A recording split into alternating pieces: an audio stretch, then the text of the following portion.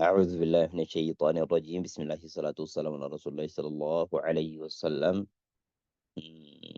برنوتا كينيا كتابة لينجي الربادة هرا إيجالو لافتيمنا تربان كيسا كغويا لما قب إني جود تحذيب رياضة اللسان جاء تحذيب جتون كل ليسو جتون رياضة اللسان لينجي الربادة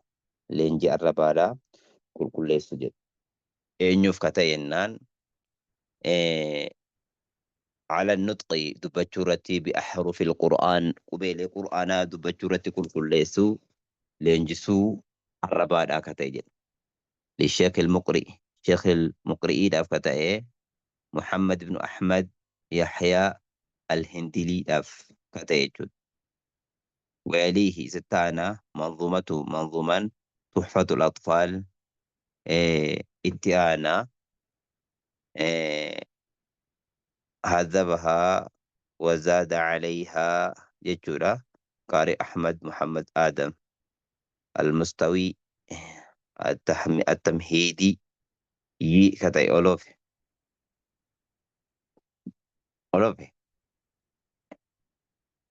بيرد أبريكان أوفي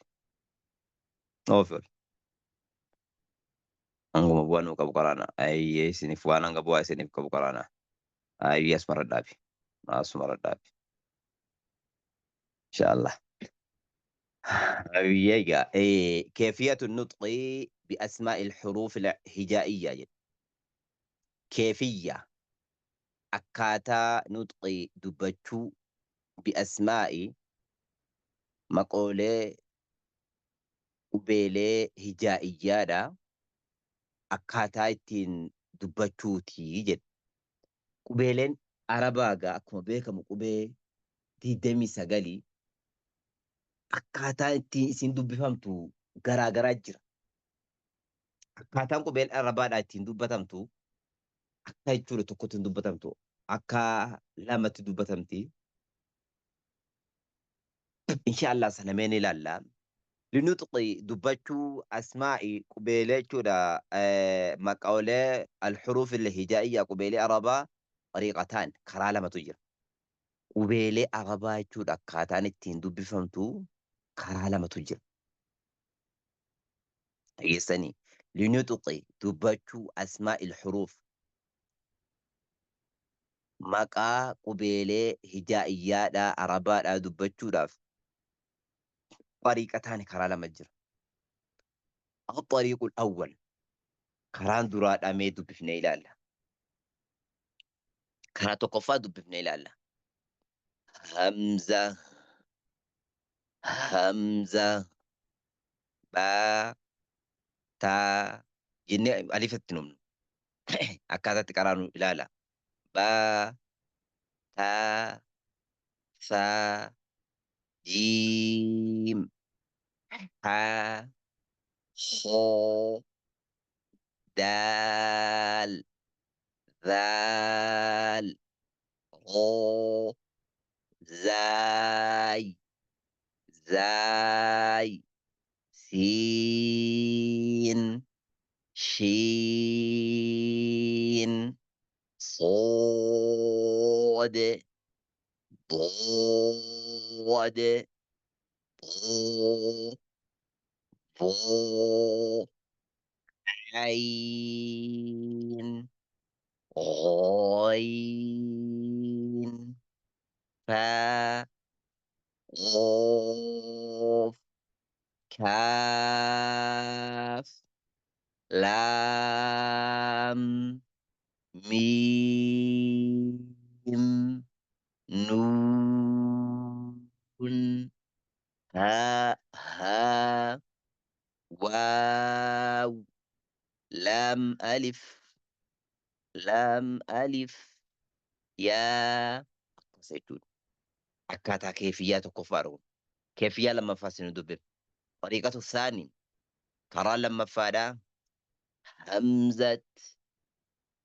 همزة باء تاء إرسنتي باء تاء ثاء جيم حاء خاء خاء دال ذال راء راء زاء سين شين صاد ضاد ظا ظا عين غين فاء قاف كاف لام ميم نون هاء واو لام ألف yaa akkasitti dubbatama jechuudha. Akkaataa lamatti dubbatama. Garuu immoo kan ulaa kan qabu. Kan ulaa kan qabdu nuti kai. Sammummaan qabdu isaa. Akkaataa lama dubbifatamu keessaa matas akkaataa lama dubbatamu keessaa irra sahiinii irra fayyaan ka duraa kana fariiqaa awwala kana dura. Hamza baa taa saa jennee dubbifamsan. Baa taa jennee dubbifamsan jechuudha. Irra sahiinii irra ka fayyaadha jechuudha. Akka sana egaa. Qubeelee Arabaa kana beekuun barbaachisaadha. Qubeeleen Arabaa kun qubee 29. Qubee 29 keessaa qubeen torba ni furdata. Qubeen torbaa ni furdata jechuudha. Beeka dhugaa leenjii maaliif abbaan kitaabaadha jechuudha. Dura kanarratti innoo leenjii Arabaati. Qubeelee Qur'aanaa irratti maaliifi aliif fide yoo jettee ka yaaddu taate Hamzaa fideettee yoo qubee kana maaf fide qubeelee Arabaa 27 maaf fide 29 maaliif fideettee ka yaadduu taate qubeelee Arabaa guutumatti Qur'aan ijoo 30 kana keessa qubeelee Arabaa kana keessaan bahu. Yoo qubeelee Arabaa kana makhaarija isaatii fi sifaata isaatii fi waan isaaf barbaachisu ulaagaa isaadhaa eeggattee jettee Qur'aana 30 eeggattee jirta. Beekadhu kanaaf jechuudha. Wanni abbaan kitaabaadhaa kanaaf fidee jechuudha. Akkasana qubeeleen Arabaa kun gaa 29. 29 kana keessaa qubee bakka lama qoonna. Qubee furdatuu fi qubee qallatu. Qubee isti'ilaa fi qubee istifaalaa jenneeti qoonna. Qubee tafkiimaa fi tarqiiqa jenna yoo feene jechuudha. Qubeelee furdatu qubee isti'ilaa jenna. Akka nuti itti furdifnu يتصاعد الصوت عند النطق بالحروف الهجائية قبيلة فردة تصدي تربان كنا فينت عربا كينيا كانوا القمنة كيس عربا بولسينة ضد عربا خلو دوباتن القمنة تيجي فردة سودان دوران قبيلة كلا تمولا يتصاعد الصوت عند النطق بها بكا يسيدو بنو تيجور قبيلة عربا دا فينت عربا كانوا لين قرصيفنه qaqqabnee fiinxa arabaa qaqqabnee dudda isaadhaa muka duubatiin ol qabnee qilleensa akka gama alaatti bahu gochuudhaan qallifnaa jechuudha. Meelee qubeelee furdatu torban sana ilaalla. Qubeelee furdatu torban sun tokkoffaan hoodha. Hoon ni furdata. Hoo, huu, hii ni furdata. Ah, ah, ah, ih, ni furdifna jechuudha. Kan lammaffaadhaaf soodiidha. Soode. صاد صاد صو صي أص أص يص وص أص صيرا أص صيرا نفرد في نيتشو أكاسيتي فرد سودان تو كم نيتشو لما فا صدفان ضو ضاد ضو ضو ضي أض أض إض ضب ضب ضو ولض ولض والضحى والضو والضحى أكاسيتي فردي سودان دو كم نجود كسدافات كارفا فادا طو طو طو طي أطو أطو إطو xoo, xoo, xoo akkasitti furdisuu danda'uu qabna jechuudha. Ka shanaffaadha. Voo ka ja'affaa jechuun voo, voo, av, voo, voy, av, av, voo ni furdifna jechuudha. Ka torbaffaadha. Qoo, qoof, qoo, quu, qoy, aqoo, iqoo, uqoo, iqoo akkasana jechuudha. Torban kana bakka arginetti ni furdifna jechuudha. Fathaattis, kasraattis, dammaattis. Garuu yoo kasraatii fi fathaa fi dammaadhaan wal caalaa caalamiinsa caalamiinsa haa qabaatu malee ni furdataa jechuudha. Jechiisa kana walitti hidhuu qabu. Khussa dagxin qid jecha irratti walitti hidhuu qaba. Khussa oguu jennu kaafii fi saadi fudhannee dagxi oguu jennu daatii fi ghiinii fi xaa fudhannee qid oguu jennu qaafii fi daa fudhannee torban kanaa jechuudha qubee furdatu. Hayyee qubee jechuudha torba kana jechuudha. Qubeen 22 immoo ni qallatti. Qubee 22 ni qallatti torba warraa fuun. Hayyee qubee 22 kana keessaa qubee sadii jirti. Sadeen ni furdatti yeroo kaan ni qallatti jechuudha. Fakkeenyaaf raan akkaataa saddeetitti ni furdata. Raan akkaataa saddeetti furdatee akkaataa afuritti qallatee akkaataa lamatti qallisuuf furdisuunis ni danda'ama jechuudha. Eega sanaa laamii maqaa Allah jedhu laamii jalaalaa gaafa fathaan dura darbe ni furdata. Gaafa dammaan dura darbe qubeen isa dura darbe dammaa yoo qabaate ni furdata jechuudha. Gaafa kasraan dura darbe immoo ni qallataa jechuudha. Akkasana jechuudha. Kana jechuudha. Ka itti aanu laamiidha. Aliif jechuudha. Aliifi gaafa qubee furdattu boodaan dhuftee ni furdatti. Gaafa qubee qallatu boodaan dhuftee ni qallatti. Yoo qubeen furdatu kunoo dammaa qabaate laa hin qallattu. Yoo qubeen furdatu kunoo kasraa qabaate laa hin qallatu. Gaafa qubeen furdatu aliifni jechuu gaafa furdatu yoo qubeen furdatu fathaa qabaate qoftiidha furdatti jechuudha. Fakkeenyaaf saadiin fathaa qabaate yoo booda isaatiif jechuudha ammallee aliifni sukuunaa dhufe soo jenna. Haamee jechuudha isiin kun aliifummaan sukuunaa kunuu yoo qubeen isii booda jechuudha qubeen isii booda dhufe kasraa qabaate ni dhufti hin dhuftu. Yoo qubeen isii booda dhufe jechuudha ammallee fathaa qabaate ni dhufti dammaa qabaate ni dhufti hin dhuftu. Isiin jechuudha xabima isiitti iyyuu qubeen isii dura darbe yoo dammaa fathaa qabaate malee hin dhuftu. Soddomman quraanaa keessa ilaalaa. Soddomman quraanaa keessa yoo agartan dhugaan barataa akkasiiti barataa hin jiru namti sun nama hin jiru maatu hin jiru.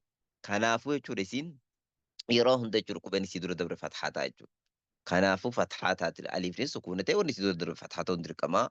Waan sukuuna ta'e wanni waawwiin sukuuna ta'e gaafa dhufe jechuudha gaafa sana gaa huruful maddii salaasa ta'anii jirani beekanu akka sana jechuudha. Akka sana jarri kun jechuudha ammallee yeroo tokko furdatanii yeroo tokko ni qallatanii jechuudha. Aliifni kunii fi laamii fi raan jechuudha. Akka sana jechuudha. Ijaaramiinsi qubeelee arabaa kuni akka sana qubeelee arabaa kun kan irra guddaan isaadha. Afuriin ijaaramee irra xiqqaan isaadha. Lamaan ijaaramee jiddu galeessi isaadha. Sadiin ijaarame. Irra guddaan isaadha amma hamzaadha. Hamzaan qubee afurirraa ijaarame jechuudha. Hamma taasaatii fi miimii fi zaa fi harraa ijaarame. Yeroo isa dubbifnu hamzaa qubee afurirraa ijaarame. Irra xiqqaan isaa immoo baa jennu kana taa jennu kana qubee lamarraa ijaarame taa jennu san qubee lamarraa ijaarame jechuudha. Irra jiddu galeessi isaa immoo akka jechuudha saadii qubee sadiirraa ijaarame saadii mataa isaatti balleessa kunaa fi daalirraa ijaarame akkasitti beekuun barbaachisaadha jechuudha. Hayyee mee qubeelee arabaa kana innummaan kun jechuudha ka amma qubeelee arabaa kun ka tuqaa qabuu fi kan nuqxaa hin qabne jira. Nuqxaa jedhan bakka birootti ka tuqaa jedhan warri kaanii hin qabne jira jechuudha. Ka tuqaa qabu qofaatti lakkaa'ama. Ka tuqaa hin qabnes qofaatti hogguu lakkaawwanne wal dhaba jechuudha. Ka tuqaa qabu 14 ka tuqaa hin qabne immoo 13 akkasitti beekuun barbaachisaadha. Ka tuqaa hin qabne 13 14 ka tuqaa qabu ka tuqaa hin qabne immoo ka tuqaa hin qabne 13 jechuudha. Ka tuqaa qabu 14 jechuudha. Akka sana kaan immoo jechuudha ammallee ka tuqaa tokko tokko qabu 11, ka tuqaa 2 qabu 2, ka tuqaa 3 qabu immoo ka tuqaa jechuudha ammallee 2 qabu tuqaa jechuudha 3 qabu 2, ka tuqaa immoo jechuudha ammallee 2 qabu 3 jechuudha. Ka tuqaa 2 qabu 3 jechuudha. Akka sana jechuudha. Ammallee jechuudha qubeeleen arabaa kun ka jechuudha ammallee harakaa 5 dheereffamu, harakaa 5 harakaa 6 dheereffamuu danda'u 15, kan immoo harakaa 2 dheereffamu inni jechuudha 12 jechuudha. Kun akka sana akkasitti jechuudha ammallee addaan beekuun barbaachisaadha jechuudha. Qubeelee arabaa kana hundasiitu harakaa jechuudha ammallee ka tuqaa qabu. Ka tuqaa hin qabne immoo ka jechuudha ammallee hin harkifamne immoo 2. Lamman suni hamzaa fi alif jechuudha. Hamzaa fi alif hin harkifaman jechuudha. Kun akka sana. Hayyee hamzaa jennee eegalle durarratti jechuudha jecha hamzaa jedhee eegaluun eegallee hamzaa jechuunii fi alif jechuun bakka birootti alif jennee eegalle. Asitti immoo hamzaa jennee eegalle akkaataa lachuuttuu akkaataa jechuudha qubeeleen itti dubbifamtu lachuuttuu hamzaa jennee eegalle. Dhugumaan hamzatu bootaa kana qabatee qaba. Alif bakka bu'ummaadhaan qaraamuu jirti jechuudha. Alif kan isin dhufte qubee laa jechuurraa fottofamtee dhufte alif bakka bu'ummaadhaan qaraamaate jechuudha. Eenyurraa jecha jechuudha ammallee jecha hamzaa jiru kanarraa. Hamzaatu bootaa kana dhugumaan haqiiqaatti ka qabatee jiru hamzaadha jechuudha. Hamzaadha malee aliif miti. Arabni maaliif dhufte immoo jennaan bakka bu'ummaadhaan maaliif dhufte jennaan Arabni amala isaanii takkaanuu aadaa isaaniitti waan ulfaataa, waan giida'aa hin danda'an waan ta'eef jecha hamzaa jedhu kana jecha alif jedhu kana fidatan jechuudha. Bakka hamzaa baa jennee dura dubbatan kana ulfaataa dura irratti fudhachuu dadhabanii jecha jechuudha malee alif baa jedhamee dubbifamu kana dura irratti fidanii jechuudha. Kanaafuu bakka bu'ummaadhaan qaraamuu jirti. Hamzaan muqaddari moo muhaqqaqa kuu jennee muqaddarii bakka bu'ummaadhaan qaraamuu jirti jedhanii beekuun barbaachisaadha. Kanaafuu hamzaa immoo boodarra fidatanii isin immoo jechuudha malee alif durarra fidatanii jechuudha. Hayyee qubee jechuudha kana fidachuun bidaadha moo bidaa miti jechuudha. Alifni jechuudha malee utuu quraan hin bu'iniin duratti qubeelli arabaa kun 20 qubeelli arabaa kun kan arabni itti fayyadaman waan ta'eef quraanaan duratti jira jechuudha. Ammallee baa jecha jedhu kana taa jecha jedhu kana saa jecha jedhu kana jiim jecha jedhu kanas qubee kana booduma kanaatti kaa'an jechuudha. Tuqaa baa tokko jala kaanee taa tokko jala kaanee saa gubbaarraa sadi kaa'uun kun egaa qur'aanni bu'ee nabiyyiin keenya alayhi salaatu salaam du'ee qubeen kun kaa'ame jechuudha. Maaliif jennaan maaliif kaa'ame jennaan ummata jechuudha ammallee biyyoolee garaagaraarraa dhufan. Ummata jechuudha ammallee ajamaa ummata jechuudha ammallee biyyoota garaagaraarraa jiru jechuudha. Islaama'anee ogguu jedhanu qubeelee arabnitti beekan waan ta'eef itti guddatanii qubee isaanii kun qubee kanaa jiimii fi hanama wal fakkaataa baa fi taa fi saa wal fakkaataa daalii fi zaal wal fakkaataa raa fi zaa wal fakkaataa siinii fi shii wal fakkaataa صادي في ضاد والفكاتة طا في ضا والفكاتة عيني في ضي والفكاتة فاني في قاف والفكاتة كافي لامي ميمي نوني جرى كرا قفتي جرى جرى ملي خا والفكاتة جو أمني جو رجما سانيت إسلامية وجو إسلامنا نو في إسلامنا akkatti dubbisu wallaalle jechuudha. Qubeelii arabaa kana dogongorri dhufee yennaan akkasitti jechuudha. Gaa dogongorri qura'ee laahniin uumamuu jira. Qubeelii arabaa keessatti laahniin uumamuu jira. Laahnii uumamu kanaaf akkam taana jennee hayyoonni walitti qabamaneetiyyi akkasitti jechuudha mari'atanii. Kanaafuu adda baasuun barbaachisaadha jenneetiyyi. Kabaadhaa ka jechuudha malee baa kana tokko jala keenyaa. Taammoo jechuudha baadhaan akka waliin fokkaannee tuqaa gubbaarraan jalaan hin keenyu lama gubbaarraan keenya taammoo jechuudha malee taammoo sadi goonaa jiim jechuudha malee tokkotti goonee haadhiifnaa khaa jechuudha ammallee itti goonaa jedhanii akkasitti jechuudha addaan babbaasanee fixanee jechuudha. Kanaafuu akka sana akkasitti jechuudha addaan baasanii jechuudha. Kun bid'aan ta'u egaa qubee isaanii tolfatan waan ta'eef bid'aan ta'u inshaallah har'aa asumarra dhaabbanna barnoota keenya. هذا وصلى الله على نبينا محمد وعلى آله وأصحابه وسلم. السلام عليكم ورحمة الله وبركاته.